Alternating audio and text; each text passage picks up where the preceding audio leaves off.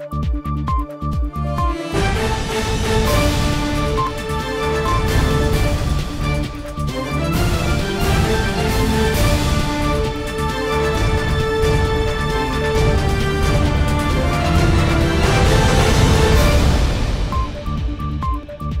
que te saluda es Marco Cáceres. Estamos acá en Punto y Coma. Bienvenido a Punto y Coma. Estamos bien contentos, bien felices. Como tú sabes, ya Punto y Coma nace para poner en evidencia el testimonio de Jesús de Nazaret. Y hoy tenemos un invitado especial. Tú no te puedes perder el día de hoy esta entrevista, este testimonio. Alguien que salió de las esferas del enemigo, que vino a una vida diferente. Estamos con nosotros con nuestro amigo y hermano Juan Canela. Juan Canela, saluda a los televidentes en este día, por favor. Saludamos a todas personas que estén conectados ahora mismo por el internet o por la televisión y que nos estén escuchando por la radio. Para mí es un privilegio, un honor de poder estar aquí y compartir con ustedes lo que Cristo ha hecho en mi vida en todos estos años. Así que gracias, Marcos, por haberme invitado. Gracias, Juan. Yo te quiero agradecer especialmente porque sé que vamos a remontar un poco tu historia. Y esto no va a ser nada fácil, pero yo creo que Dios te ha empoderado el día de hoy y declaro la paz sobre tu vida porque hay mucha gente que necesita, que está mirándonos en este momento y te va a escuchar y te va a mirar el testimonio exacto y preciso de dónde estuviste y dónde estás ahora.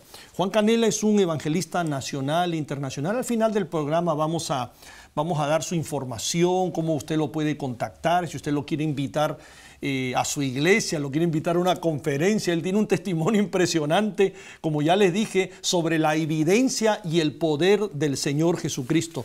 Pues vamos a lo nuestro, Juan. Gracias por estar acá y vamos a hacer la primera pregunta de tu historia. Vamos a retroceder un poquito. Yo quiero que tú retrocedas conmigo en este pasaje de la vida y vamos a hablar un poquito del mundo anterior que tú tuviste inmerso. Para todos los que nos están viendo y escuchando, cuéntanos desde el comienzo cómo fue que poco a poco te fuiste involucrando en el mundo de las drogas. Wow. Yo nací en Boston, Massachusetts, en la ciudad de Boston. Nací en el año 75. 2 años después de yo haber nacido, nos mudamos para el área metropolitana de Nueva York, la área de New Jersey. Ahí crecí en la década de los 80. Fue una década muy fuerte porque es una de las décadas que, según la historia, se entiende que se desató una epidemia muy fuerte en la cual es de narcotráfico. Yo crecí en un hogar disfuncional y lo considero disfuncional. Mi papá fue alcohólico, él bebía todos los fines de semana y durante la semana, ya que no bebía, siempre estaba molesto, le hacía falta la sustancia del alcohol, molesto, siempre de mal humor, y eso causaba dentro de la casa una atmósfera de contienda, siempre pelea, discusiones. Y llegó un punto en lo que fui creciendo donde ya yo no quería estar dentro de mi casa. Aunque admiro mucho a mis padres, llegaron a este país, emigraron a este país con propósito de obtener una nueva vida, de poder tener el sueño americano, comprar sus casas y poder trabajar lo suficiente para poder ayudarnos a nosotros a progresar. Pero lamentablemente mi abuelo murió cuando mi papá era joven, tenía 6, 7 años. Mi papá se crió sin una figura paternal en su hogar.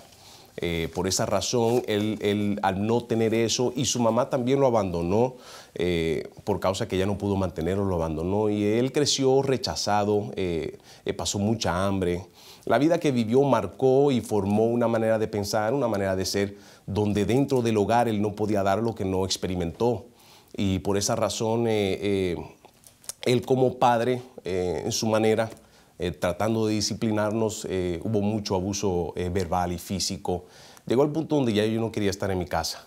Pero en lo que fui creciendo en los años 80, yendo a la escuela y conociendo amistades, pues prefería yo estar con ellos en las calles, porque reuniéndonos juntos, y es impresionante de que en ese mismo periodo de tiempo me junté con personas, con jóvenes, que habían pasado lo mismo que yo había pasado, estaban pasando lo mismo en sus hogares, hogares disfuncional, también de la misma manera. Y eso causó que nos juntáramos como si fuéramos familia, juntos. Perdóname, Juan, antes que continúes y nos comentes un poquito ya sobre la parte, digamos, cuando tú te relacionas, vienen las amistades y todo. Háblame un poquito de dónde eres tú, dónde naciste, dónde nació tu papá. Háblanos un poquito de tu origen. Yo nací en Boston. Okay. Mis padres, ellos son de origen dominicano, de la República, sí, de la República Dominicana. Okay. Ellos inmigraron, mi papá inmigró a los Estados Unidos en los años 60, mi mamá llegó en los años 70. Okay. Inmigraron a la ciudad de Boston. En aquel entonces, en los 60 y los 70, hubo un gran grupo que inmigraron a los Estados Unidos del Caribe y se establecieron en la parte noreste de los Estados Unidos, lo que es Nueva York, New Jersey, Connecticut, Por la parte norte de allá. Sí. ¿Cuántos hermanos son ustedes? Somos tres, yo soy el menor. ¿Tú eres el menor? El menor, el único varón. Okay. ¿Y cómo tu papá entró a este mundo? Tú has hablado que tu papá era un alcohólico. ¿Tú nos puedes narrar un poquito cómo es que él pues, terminó siendo alcohólico? ¿Qué fue lo que pasó? Pues como les compartía. Lo que tu recuerdo más o menos te da, ¿no? O sea, bueno, siempre conocí a mi papá siendo alcohólico, siempre lo vi. Siempre lo viste en esa actitud. Sí, en sus fines de semana. Pero era impresionante que era un alcohólico no muy común porque cuando bebía era una persona totalmente diferente, ya que era dependiente del alcohol. Él cuando tomaba y durante ese fin de semana era bien amoroso, me abrazaba, me daba cariño, me hablaba. No hablaba mucho porque estaba embriagado, pero se me acercaba. Es impresionante que ya él, teniendo la sustancia a la cual él dependía, estaba bien. Pero durante la semana se complicaba porque le hacía falta. Trabajaba duro, trabajaba mucho, pero se complicaba porque le hacía falta el alcohol. Ok. Entonces tú entraste, como se dice, al barrio, allá. ¿Y cómo te involucraste en el mundo de las drogas? Ya, pues, ahora coméntanos un poquito cómo fue que esas amistades, me imagino, te fueron como que seduciendo, te fueron llevando a ese camino. ¿Cómo fue eso? Dentro de ese grupo encontré identidad y muchos ya de la edad mía y otros ya que entre la edad de 16, 17 años salieron del barrio donde yo estaba, pero en específico a través de influencias que le ofrecieron ser parte de organizaciones que estaban en lugares infestados, donde la epidemia del crack y la cocaína se había desatado, y de esos mismos jóvenes. ¿Por qué le llamas epidemia? Porque fue algo que entró a la ciudad, a las áreas metropolitanas, entró como un mercado y llegó a un punto de descontrol donde el gobierno ya no tenía los recursos, ni sabía cómo controlarlo, dominarlo. ¿No pudo controlarlo? No, en ese tiempo no, todavía no, porque fue algo que de repente desde Sudamérica y Centroamérica se abrieron caminos para poder exportar esto y traerlo, importarlo a los Estados Unidos. Quiere decir que tenía una gran influencia todo este asunto del narcotráfico en ese tiempo, sí, en esos años. Seguro, en los 80, seguro que sí, a través de los carteles en Sudamérica y también en México. Sí. Y en lo que fui creciendo, eso de lo que me acuerdo se volvió parte de una cultura dentro de los lugares urbanos. En los 80 crecí viendo eso y de amistades que yo tenía ya de la edad mía, un poco más ya de edad, donde se pudieron independizar, se llegaron a lugares donde estaban más infestados, donde eran reconocidos barrios más infestados para entrar y ser parte de las organizaciones que le ofrecían a ellos un sueldo impresionante por semana, siendo parte de ese negocio. Un sueldo impresionante por semana. Sí. Si eras parte de esta estructura de negocio. Sí, siendo parte de ese tipo de organización que le conocían, se llamaba compañías porque estaban bien estructuradas. Tomaban control. ¿Eran como una empresa? Era una empresa criminal, conocida hoy en día por el sistema federal como una empresa criminal. Estructurada como una empresa, con sus gerentes, sus gerentes, todo tipo, cada departamento teniendo su departamento de donde se guardaba, su departamento de finanzas, todo, una empresa, bien organizado. Wow. Increíble, ¿no? Sí. Wow. En las calles lo único que se ve es pues aquellos que empiezan desde niveles menores, que hacen las transacciones de botellitas, en aquel entonces eran botellitas, se hacen las transacciones de botellitas de 10, 5 dólares, 20 dólares, pero detrás de eso, en lo oculto, es más profundo, más organizado. Organizaciones de 10, 15 personas. Y en lo que fui creciendo, mis amistades, y al igual a yo, ahí comenzamos, haciendo transacciones de botellitas de $10. Empezaste en algo pequeño, como tú dices, esas transacciones pequeñitas, pues que te daban un cierto dinerito. Sí. Pero me llamó la atención, yo apunté algo importante antes de seguir. Tú dijiste, encontré mi identidad. Que yo encontré mi identidad en las calles. Quizá fue esa falta de modelo de padre la que te llevó en este momento a decir eso. Encontré mi identidad. Yo, entendí encontrar mi identidad. ¿Te sentiste más identificado en las calles que en tu hogar? Sí. Okay. Sí, me sentí en las calles más. Porque... Como que eras más importante. Más importante, seguro que sí. Especialmente para el beneficio de estas organizaciones, que por lo general contrataban jóvenes menores de edad, que les convenía. La ley es más liviana para uno de menor de edad. Y en aquel enfoque sí era el enfoque de los líderes de esas organizaciones, okay, sacando jóvenes, pero por lo general eran jóvenes que ellos podían ver como jóvenes que le iban a ser leal y fiel. Okay. Y le puedo decir de que la paga, cuando le dije que era impresionante en los 80, era de 500 fácil a 700, de 700 a $1000, dependiendo de la posición. Pero estoy hablando de entregando solamente botellitas. Le estoy hablando de organizaciones, empresas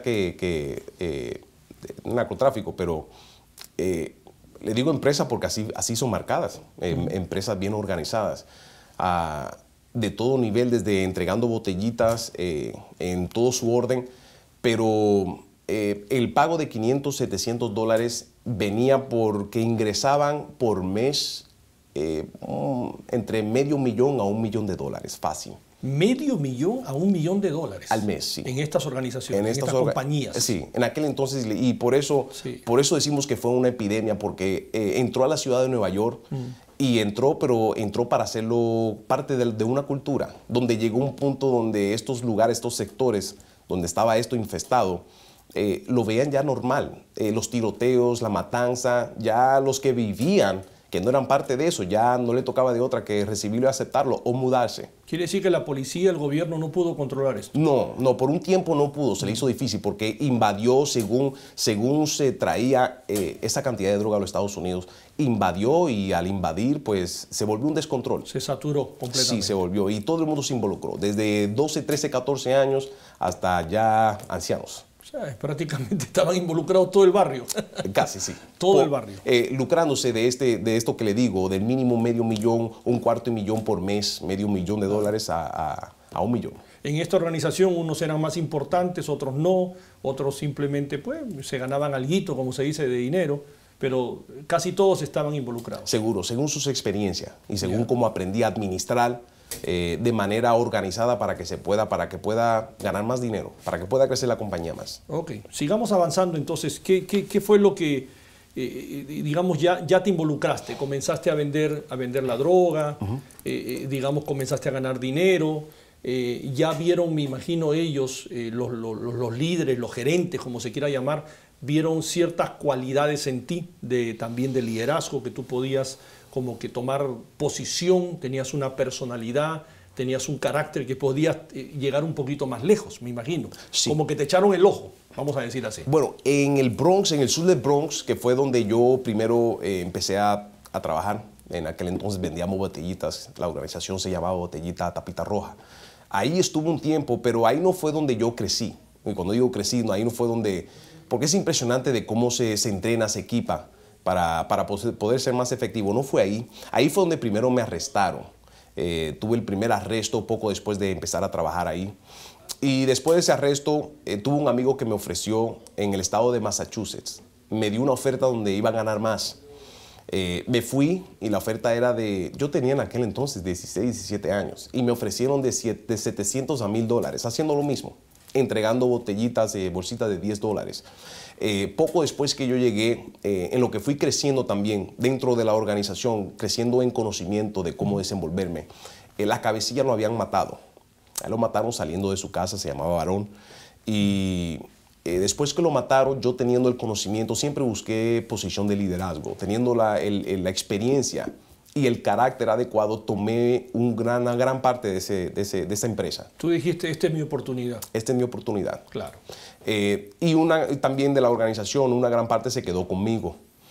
Continué en ese negocio, continué creciendo capital, pero no me quedé ahí, sino que empecé a mirar hacia la ciudad de Nueva York, ya que tuve un gran capital para poder ir a Nueva York, comprar a por mayor, traerlo a Massachusetts para ganarle dinero. No me quedé ahí tampoco, sino que empecé a mirar visionario hacia el estado de la Florida. En el estado de la Florida estaba más barato el material, que es lo que mira un empresario. Y tampoco no estuve conforme con ese precio, sino que sabía que en el estado de Texas estaba mucho más barato. Mi enfoque era de llegar a lugares donde lo podía conseguir para más barato y ganarla más. Lo que tú me estás diciendo es que te involucraste, un jefe perdió la vida, tú tomaste ciertamente una posición, te empoderaste en un cargo de liderato dentro de la organización y no solo ya era local, sino comenzaste a expandir. Comenzaste a salir de tus esferas. Así es. ¿Y te fue bien? Y me fue bien, sí. Llegando al estado de Texas. Y aún del estado de Texas estaba mirando hacia México y hasta Colombia. Okay. México estaba, yo diría, a mitad de precio de como estaba en todo Texas. ¿Era negocio para ti tocar la puerta de México? Sí, porque, bueno, ya le digo que desde temprana edad, mi enfoque, yo miré el narcotráfico por lo que veía con mis ojos. No entendía la mentira que era, no entendía la estructura en el ámbito espiritual, que es diabólico, destrucción a la humanidad. Mi enfoque era de llegar a ser uno de los líderes más poderosos, de tener uno de los carteles más grandes dentro de los Estados Unidos y mundial también. ¿Tú ya te habías propuesto eso en tu corazón? Sí, ya. ¿Estabas decidido? Seguro. Desde que yo empecé a trabajar en el sur de Bronx, que veía estos líderes, estos carros de lujos, la fortuna que tenían, el poder que tenía, eso yo me marcó y dije, esa es mi carrera, esa va a ser mi carrera. Yo quiero llegar ahí. Yo quiero llegar ahí. Ok. ¿Y trabajaste duro para eso? Sí, me conecté en México, continué trabajando con México hacia los Estados Unidos y también me conecté con una organización que nos conectamos y ellos recibí heroína pura desde Colombia directamente a la ciudad de Nueva York. Ok. Ahora, ¿hasta dónde llegaste? El televidente quiere saber, pues, tomaste posición, tomaste territorio, comenzaste a comercializar, encontraste la droga, como nos acabas de mencionar, más barata, y tenías una meta a seguir, ¿no es cierto? Tenías un propósito. Tú dijiste, bueno, yo voy a llegar hasta esa altura. Esa fue, digamos, tu meta, tu propósito. ¿Hasta dónde llegaste? Entre relaciones y conexiones entre estos países y Europa también, conocí la persona que fue como un mentor para mí. Fue la persona que primero me puso un cargamento para hacer. Lo hice. Lo vine a ver 15 años después, más o menos como en el 2000, conocido también como el rey del éxtasis. Él, en relaciones a los Estados Unidos, controlaba un 70% de ese negocio del éxtasis que en la ciudad de Nueva York y Miami. Ya después de ahí yo podía ver un mapa, nos sentábamos a ver un mapa y tenía conectado en Sur, Centroamérica y todos los Estados Unidos. Mi enfoque, Europa, mi enfoque era de llegar a tener $1 billón. Ese era mi enfoque en ese momento. A ver, repíteme eso. Que tu meta, tu enfoque era llegar a tener ¿cuánto? A llegar a administrar $1 billón. ¿1 billón? 1 billón. Tú dijiste hasta ahí llego. Hasta ahí llego. Ese era mi enfoque. Lo que yo no sabía era lo que iba a venir a acontecer. Bueno, entonces ya que has llegado hasta ese punto, vamos a hacerte otra pregunta. ¿Cuál fue tu peor momento? Mi peor momento... ¿Tenías terreno, tenías dinero, estabas corriendo una carrera acelerada, estabas ya posicionándote, empoderándote en este mundo del narcotráfico? Pero, ¿cuál fue tu momento de quiebre? ¿Cuál fue el primer momento que tú dijiste, espérate, esto es peligroso, estoy yendo demasiado lejos? ¿Qué fue lo peor que te pasó? Bueno, en ese tipo de negocio, a ese nivel, peores momentos es todos los días. Siempre hay algo impresionante que pasa. Siempre hay un peligro constante. Sí, seguro que sí. Permanentemente. Sí. La primera o las tres de las que más me conmoví, me tocó mucho. La primera me tocó viajar a un país Latinoamérica, muy peligroso. Y me tocó ir a cobrar un dinero. Esa decisión la tuve que tomar por el beneficio del negocio, de la organización. Fui yo con mi guardaespaldas. Okay. Fuimos, entramos, nos sentamos, tuvimos esa confrontación necesaria y es considerado uno de los países más peligrosos de toda Latinoamérica en cuanto al narcotráfico. Okay. Logré entrar, entré con mi guardaespaldas. Entramos, confrontamos, hicimos lo que tocó hacer para poder entrar en ese acuerdo necesario. Y me acuerdo que en camino allá llamé a mi hermana. Le dije, Judy, te dejo saber a dónde voy. Y le di un poco de lo que iba a hacer. Si mañana no te llamo, es lo más probable que no te llamaré. Lo más probable que estaré o muerto. Si no te llamo para mañana, le di instrucciones de qué hacer en cuanto a finanzas, mi familia, mi hija, etcétera, etcétera. Y me acuerdo las palabras que ella me dijo, Johnny, estás loco, man. Estás mala, vas a arriesgar tu vida por esto. Pero fue un impulso donde ya yo no valoraba mi vida, sino que tenía que hacerlo. Bueno, fui con mi guardaespaldas, hubo el confrontamiento, pero por la gracia de Dios pude salir vivo de ese lugar. Dios mío. En otra ocasión también, que fue la más donde vi la vida mía tentada, entre un grupo que estábamos, gente de confianza, hubo uno que se infiltró. Tenía confianza con el grupo porque el que entra al grupo, sea porque entró de parte mía o por otro, claro, estaba confiado. Claro. Se me acercó, sacó una pistola de repente, bien acelerado, y me la puso en la cabeza. Aló el gatillo y la bala no salía. Dios mío. En ese momento, entre reacciones de aquí y allá, lo único que le puedo decir es que por la gracia de Dios, esa bala no salió, fue un tentado a mi vida y aquí estoy sentado. Dios me liberó de eso. Y por último, el que más me impactó fue cuando pude ver mi vida desmoronarse como arena. Mi vida estaba sobre fundamento de arena. Y eso fue cuando al fin de cabo la FBI me arrestó. ¿Qué significa que tu vida estaba sobre fundamento de arena? ¿Tú tenías dinero? ¿Tenías gente a tu cargo?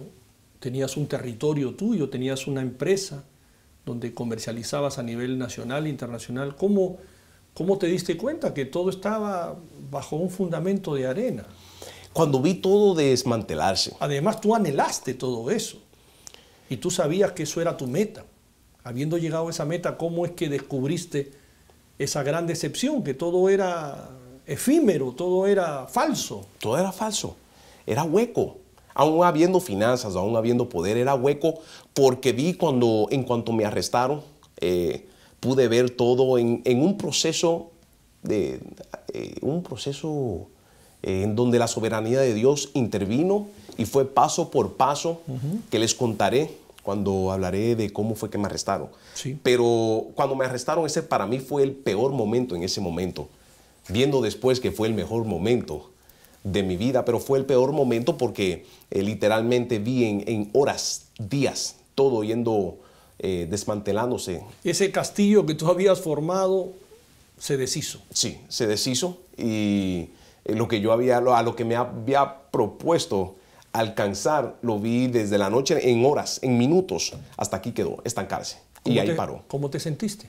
En ese momento yo estaba tan soberbio y me sentía tan prepotente que yo pensaba que podía mantener el control y que podía reestructurarlo. Porque cuando me arrestaron, todavía tenía esperanza de que a través de un buen abogado y desenvolverme podía salir de esta. Pero no fue así. Qué interesante porque digamos que ese fue tu punto de quiebre. Tú estabas en una posición muy alta, el arresto en ti causó como un punto de quiebre. Quizás, digamos, tuviste otra realidad, te encontraste con una esfera diferente, te encontraste con un contexto diferente. Dijiste, bueno, esto yo he corrido, he avanzado, he seguido, he tomado posición, me ha ido muy bien, tengo dinero, he viajado a nivel local, a nivel internacional, pero un arresto de esa magnitud, porque me imagino que pues tú conocías lo que era un arresto, digamos, a esos niveles. Tú dijiste, espérate, esto es serio y todo el dinero que yo he guardado debajo de la mesa posiblemente hasta no va a alcanzar para poder resolver esto. Así mismo. Me acuerdo cuando me arrestaron, yo estaba en el estado de Tennessee. Bueno, yo estaba en la ciudad de Nueva York. Recién me conecté a través de unas amistades con una organización en la cual en Tennessee nos íbamos a reunir para hacer planes de proyectos entre Tennessee y Nueva York y nacionalmente también. Di un viaje a Tennessee, cuando tocó reunirme, no llegué a reunirme con la organización ya la habían desmantelado en días antes. Ya lo habían desmantelado a ellos. A mí no me conocían físicamente, me conocían por voz, por grabaciones y también por el testimonio de otros que habían cooperado. Estaban ansiosos de arrestarme. Cuando me siento a negociar y hacer los planes, me estaba sentando con agentes encubiertos, yo no lo sabía. ¿Y tú no lo sabías? No, no lo sabía. Me di cuenta después que hicimos el negocio, cuando envié a una persona a hacer la transacción, a los minutos le mandé texto, lo llamé, no me respondía. Ahí pudo haber pasado que lo haya matado, lo secuestrado o que haya caído preso. En ese momento salí yo con el que estaba conmigo, salí del hotel, llegamos al estacionamiento para irnos, regresar, y ahí vi una caravana Suburban, una caravana de posiblemente 6, 7 carros. Lo esperé, me arrodillé, lo esperé con las manos detrás de la cabeza. Yo sabía ya lo que iba a pasar. Cuando vi chalecos que decían FBI, ahí fue donde me preocupé. Dije, esto no es una transacción normal, esto no es algo normal, no común, no fácil. Esto es serio. Sí, pero todavía yo pensaba que a través de un buen abogado me podía salir de esta. ¿Pensabas todavía en ese momento eso? Sí, cuando la realidad cayó fue cuando me llevaron delante de un juez. Lo primero que me dijo el juez era de que no tenía fianza. Ahí me preocupé, porque sabía que iba a estar adentro. Iba a permanecer adentro hasta que le decidieran darme fianza. Pero cuando más la realidad empezó a caer fue cuando me dijo que el máximo que estoy enfrentando es una cadena perpetua y el mínimo no negociable era 20 años de cárcel. Ahí fue donde la realidad me cayó. No negociable. En ese momento. Eso fue como un baldazo de agua fría para ti. Ese fue casi. El baldazo de agua fría. Todavía no llegues por allá, pero ese fue como un primer baldazo de agua fría. Ese fue el primero, esa fue la primera pescosada. Ya, eso fue como que te zamaquearon, te dijeron, mira, esta es tu realidad ahora. Sí.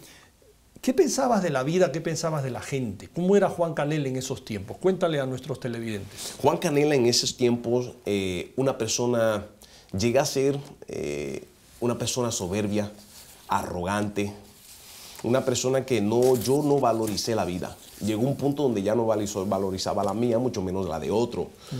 No viendo la realidad de lo que yo estaba causando en la humanidad, destruyendo la humanidad. Y después que me convertí, que hablaré un poco más de eso, Dios me habló y me dijo que durante que estaba en ese negocio, lo que le estaba declarando a él era la guerra, directa o indirectamente. Pero yo... Espérate. ¿Quién te dijo eso? Dios. Después que me convertí, Dios... ¿Tú comenzaste a entender la voz de Dios? Sí. 2 semanas después que me convertí. Yeah. Escuché de Dios, Dios me habló claro. Cuando primero lo escuché fue cuando me dijo que no iba a ser libre de la prisión hasta que no aprendiera a amar al prójimo. Wow. Ahora, mi concepto de amar al prójimo estaba torcido, porque a través de finanzas, etcétera, etcétera, que no conocía de Cristo, para mí eso era amar. Espérate, pero antes de llegar ahí, Juan Canela en ese mundo de narcotráfico, un líder empoderado, con autoridad dentro de este territorio, tú algunas veces me mencionaste fuera de cámaras, tú eras una persona vanidosa, una persona soberbia, una persona que sabía que todo lo podía conseguir. ¿Cómo era Juan Canela? Cuéntame un poquitito sobre tu carácter y tu personalidad, para que el televidente también pueda capturar esa imagen tuya en ese tiempo, antes de entrar a tu conversión. Sí, bueno, Porque yo entiendo, perdóname, yo entiendo que si Dios trabajó contigo y te habló y te dijo específicamente que tenías que amar a la gente, yo entiendo que había algo puesto en ti, que tú cargabas. Sí. ¿Me entiendes? Que tú cargabas algo puesto. Por eso te digo, para tener una radiografía tuya, ¿cómo eras tú en ese ambiente del narcotráfico? En ese ambiente del narcotráfico, siendo el líder que yo era, requería cierto carácter, cierto nivel de violencia, experiencia en ese tipo de negocio, en ese tipo de violencia. Eso me llevó a querer perfeccionarme como un criminal ya, pero un criminal a nivel ya mayor, un criminal violento. ¿No tenías misericordia de nadie? No tenía. Eso no existía dentro ni del vocabulario mío ni de la organización. Tu corazón se había endurecido. Se había endurecido mucho por experiencias que yo veía. Mi corazón ya llegó a un punto también que empecé a ser parte de brujería, santería. Eso me llegó en ocasiones que ahora me acuerdo de estar poseído, tanto que no tenía control de mi manera de pensar en el momento, en cuanto a violencia, etcétera, etcétera. Eso me llevó causó aún dentro de mi hogar, con mi esposa, con la mamá de mi hijo en aquel entonces, y aún con mi familia también. Llegaba un punto donde, llegó un tiempo donde yo tuve que separar de mi familia completa, de mi mamá, de toda mi familia, para no ponerlos a ellos en riesgo de los enemigos que yo tenía. Y tenía que vivir ese estilo de vida antisocial, apartado, alejano. Y cuando salía era tan prepotente que yo demandaba respeto, no respetaba a nadie, no valorizaba nada a nadie, pero sin en cambio, egoístamente yo lo demandaba. Yo quería, para mí era mi manera de pensar, mi manera de ser, de cómo yo lo quería. Y a todo costo. Las cosas a mi manera, con poder y con autoridad a todo costo. Quizás tú crees que por eso Dios trabajó contigo primero en tu corazón. Necesario, seguro que sí. Ese era el sitio más golpeado. Sí. Quizás por tu infancia, por lo que tú viste en papi, por lo que no tuviste un modelo, no tuviste un héroe. Quizás no tuviste un desarrollo desde cuando eras niño, el ambiente, tú dijiste esa epidemia que había en el barrio, en ese tiempo en el norte de Estados Unidos, todo eso causó en ti que tú te volvieras un hombre quizás duro, inflexible, un hombre que no tenía piedad ni consigo mismo. ¿Podríamos decir eso? Sí, mi conciencia, yo considero mi conciencia en aquel entonces estaba cauterizada ya, con lo que he visto, con lo que viví y con lo que yo estaba aspirando. Ese corazón, yo deseaba ese corazón así duro. Pero ¿tú lo deseabas? Seguro que sí. Seguro lo deseaba porque era el corazón adecuado y necesario para poder correr la empresa en la cual yo quería como profesión. ¿Tú entendías que un líder con esa personalidad, con ese carácter, con esa dureza, siendo inflexible, era mejor? Seguro. Producía más la compañía. Producía a través de poder psicológico también y la manipulación, pero también proyectaba ser una persona muy peligrosa, necesario. Es necesario tener esa reputación por experiencia, ser una persona peligrosa, para que se pueda mantener ese tipo de que negocio. Dijeran, bueno, no te metas con el grupo de Juan Canela porque él es peligroso. Así mismo es. Eso era bueno. Sí, en aquel entonces sí. Muy bien, vamos a entrar a otro segmento, pero te quiero dejar una pregunta, digamos, pendiente para entrar a una pausa y entrar a otro segmento. ¿Cómo y dónde comenzaste a tener una esperanza de vida? Ya nos dijiste un poquitito, nos adelantaste que eso fue en la cárcel, pero anda pensando porque nuestros televidentes van a querer entender cómo es que un hombre, que Juan Canela se convirtió en un hombre tan frío, tan calculador, tan malo, que llegó a tomar posesión, territorio en este mundo del narcotráfico, de las drogas. ¿Cómo pudo haber un cambio? Y cómo el Señor fue seduciéndote, cómo el Señor fue transformando tu corazón. Yo creo que el televidente va a querer saber la otra parte de la historia de tu vida. No se mueva ahí, estamos en punto y coma. Con Marco Cáceres ya tenemos un invitado súper especial, el evangelista nacional e internacional Juan Canela, que nos honra en este día con su testimonio. No se mueve y regresamos en unos segundos.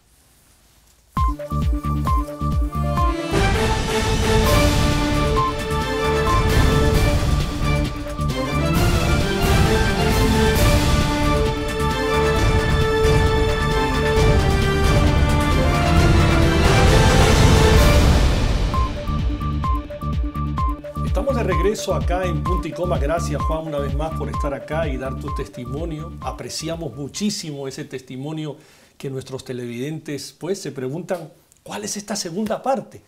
Entonces la pregunta fue, ¿cómo y dónde comenzaste a tener una esperanza de vida? Estando ya preso, nos dijiste. Sí. Pero ¿cómo? Explícanos un poco sobre este asunto. ¿Cómo es que cambió tu vida dentro de la cárcel? Pues poco después que me arrestaron, día después, ya entré en una depresión. Mi abogado me había dicho que no había nada que podía hacer por mí. Okay. Y ahí fue donde me cayó ese balde de agua, donde él me dijo claramente, no hay nada que puedo hacer por ti, Juan. Ahí fue donde la realidad llegó a mi mente. Entré en una depresión bien profunda, bien severa. A los días después de estar preso, tuve un sueño. En ese sueño me acuerdo que me vi como un bebé, una posición de bebé, y me vi en la palma de una mano. No comprendí en el momento, pero sí algo empecé a sentir, que era una paz que nunca había sentido. Y sentí esa paz, anhelé esa paz, me desperté, y cuando me desperté otra vez, regresando otra vez a la depresión. Unos días después, yo diría, entré en otro sueño, pero en este sueño vi que me cubría unas alas. ¿Unas qué? Alas. Ok. Y en este sueño sentí paz, pero aquí empecé a sentir un sentido de esperanza, de que todo iba a estar bien. Sentí paz, pero sobre todo en ese sueño sentí como que todo iba a estar bien, que tenía un sentido de esperanza, porque pude percibir que era Dios que se me acercaba y me cubría. Eso me dio una esperanza que nunca había sentido en mi vida. Y anhelé no despertarme porque al despertarme iba a regresar otra vez a la realidad de estar en la depresión en la cual entré. ¿Qué es Dios para ti? Para mí Dios, Jesús, bueno, en ese momento al no entender lo que pasó, me convertí. Me gustaría hacer ese punto. Me convertí a través de que me hicieron una transacción, me transicionaron a otra celda. Okay.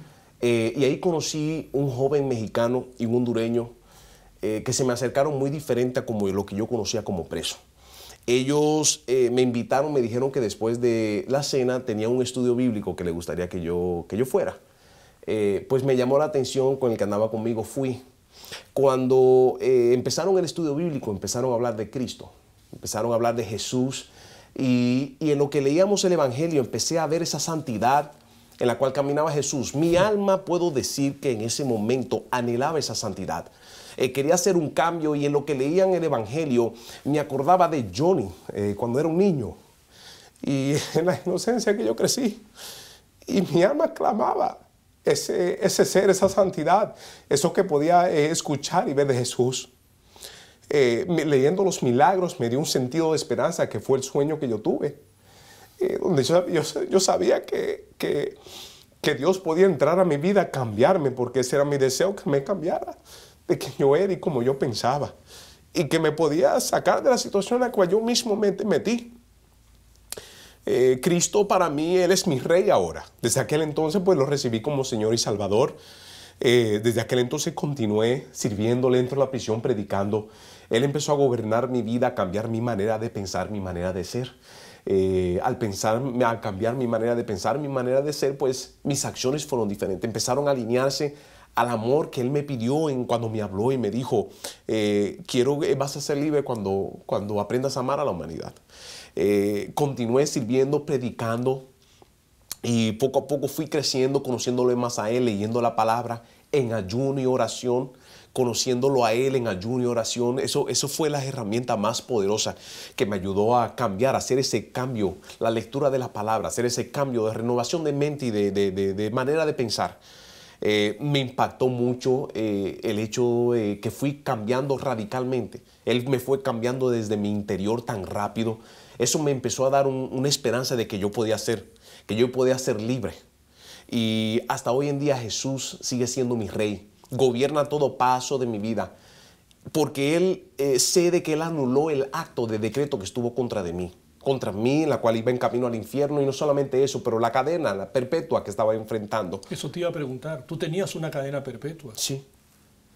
¿Cómo venía esa realidad legal en tu vida? Tú encontraste a un Jesús que cambió tu vida, a un Jesús que transformó tu corazón, que cambió tu mente, que te dio esperanza de vida. Pero seamos realistas, estaba la cadena perpetua. ¿Qué hizo Dios para cambiar esa realidad? Que dentro de los televidentes que están en este momento siguiendo tu historia con mucha pasión, están pensando, dice, bueno, está bien, yo entiendo lo que tú dices, Juan, pero ¿y la cadena perpetua?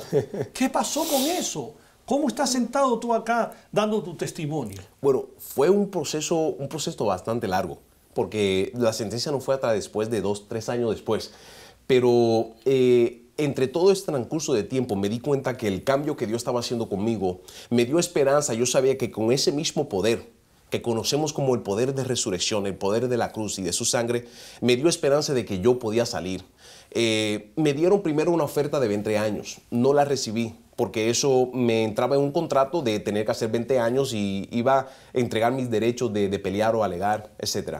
El cambio que Dios estaba haciendo tan radical, sabía que era por un corto tiempo y que iba a estar dentro de la prisión por un corto tiempo. ¿Tú lo entendías en tu corazón así? Seguro que sí. Eso empezó a levantar el cambio poderoso que Dios estaba haciendo conmigo, desató fe, sabiendo de que yo iba a salir, de que de una manera u otra, enfrentando una cadena perpetua, me iba a sacar.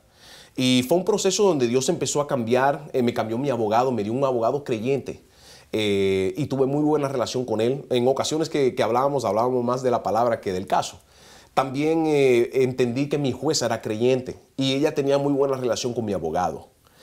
Siendo ella creyente, tenía esperanza de que el espíritu que moraba dentro de ella es el mismo que tengo yo.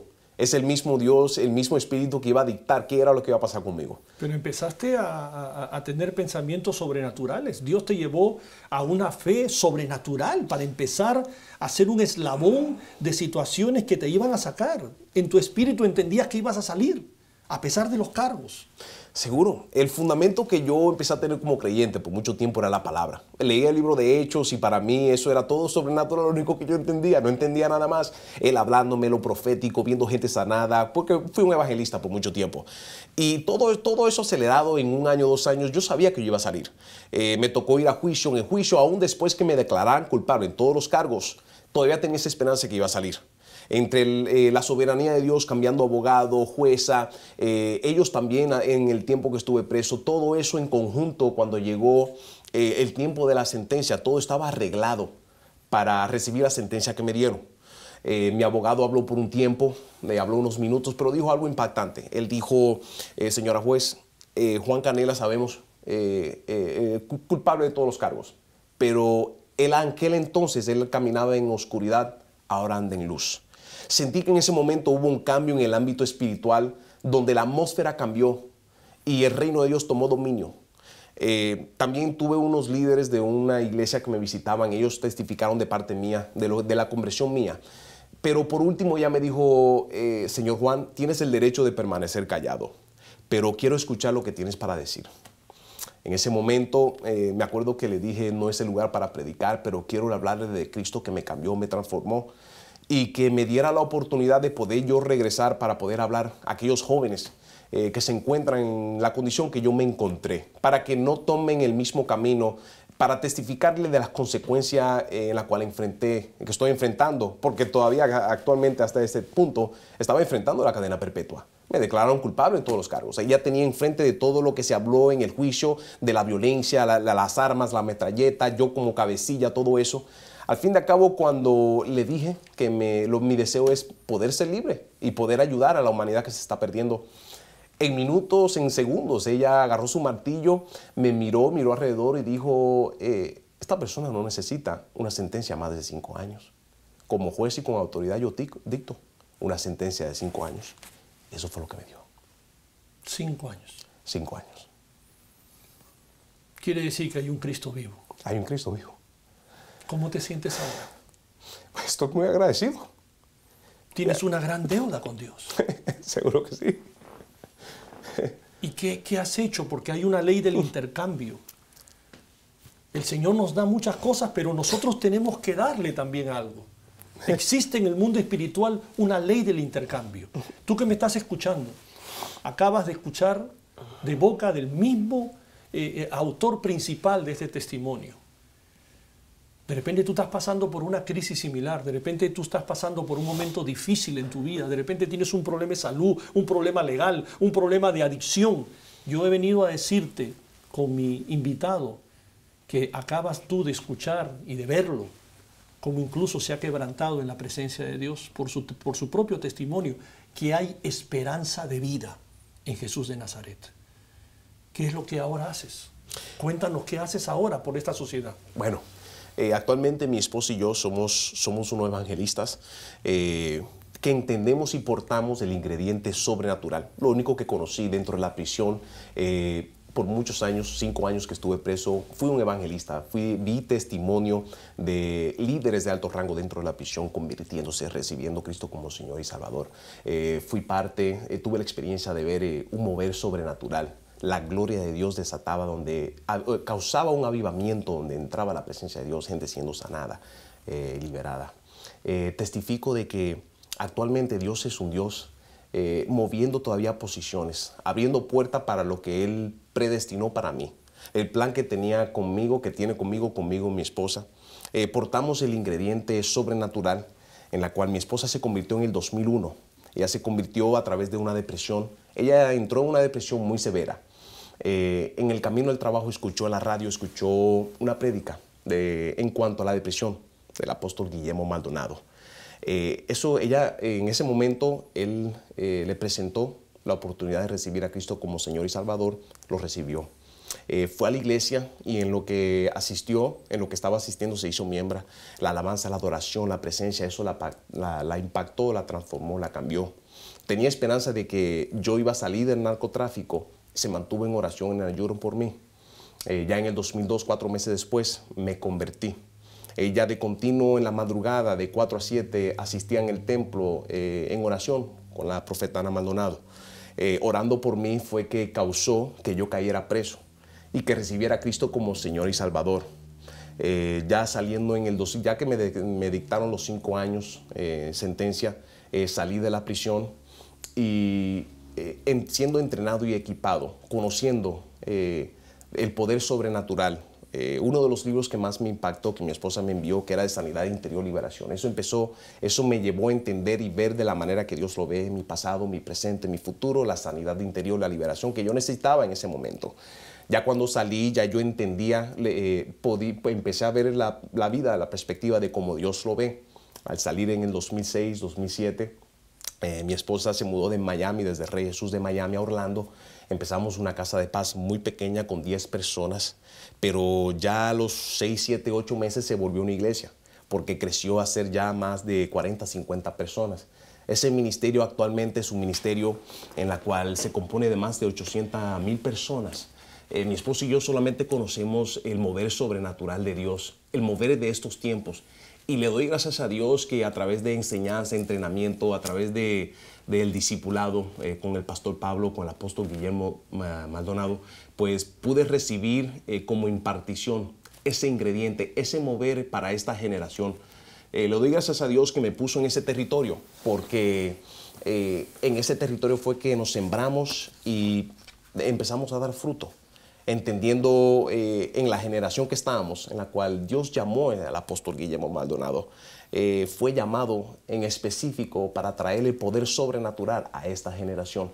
Y le doy gracias a Dios por su vida, le doy gracias a Dios por sacarme de la cárcel y hacerme quien soy ahora. Soy un portador de la presencia de Dios, entendiendo el evangelismo sobrenatural, sanidades, milagro, prodigio, el mover de Dios, la gloria, que en estos tiempos, estamos en estos tiempos, donde Dios se manifiesta como un Dios vivo, un Dios que vino a salvar, a sanar, a liberar.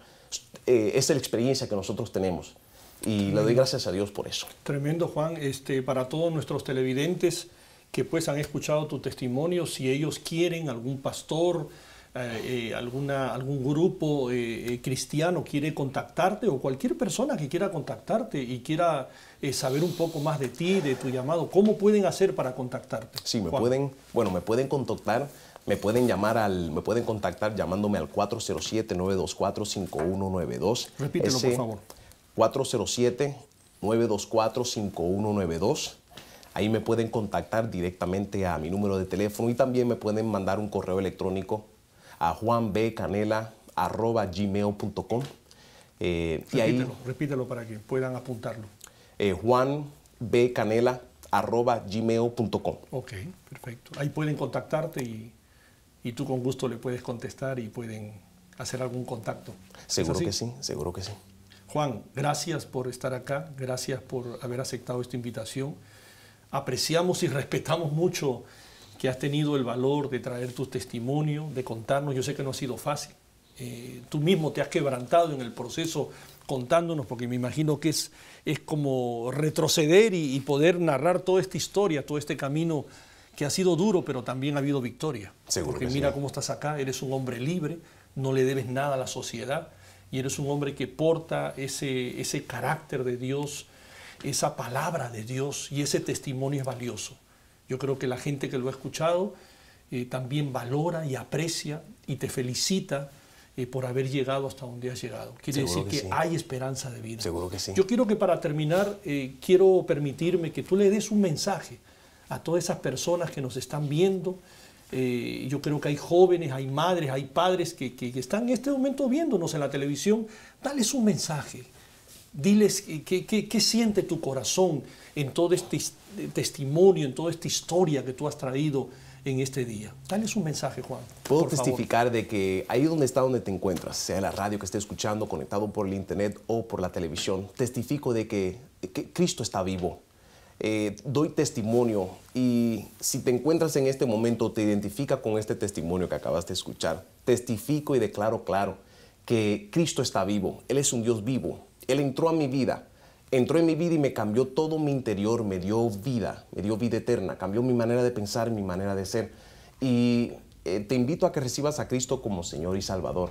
Él entra a tu vida, y así como entra a tu vida, te cambia a ti, toda tu manera de pensar, tu alma, tus emociones, y el exterior empieza a cambiar así como lo hizo conmigo. Así como me cambió en todo mi interior, eso tuvo una influencia a cambiar toda situación y circunstancia, porque está sujeta a ser cambiada. Él es el Rey. Así que si personalmente te identificas con mi testimonio, te exhorto, te lo presento para que lo recibas como Señor y Salvador. O si conoces a alguien que está en tu corazón, que se encuentra en la misma condición, mantente en oración, mantente en ayuno, porque así como Dios lo hizo conmigo contestando las oraciones a través de mi esposa, así Dios lo hizo conmigo, lo puede hacer con ese ser amado que tienes en tu corazón. Mantente en oración, creyéndole a Dios, porque Él es un Cristo que está vivo, el Rey de Reyes y Señor de señores. Lo testifico.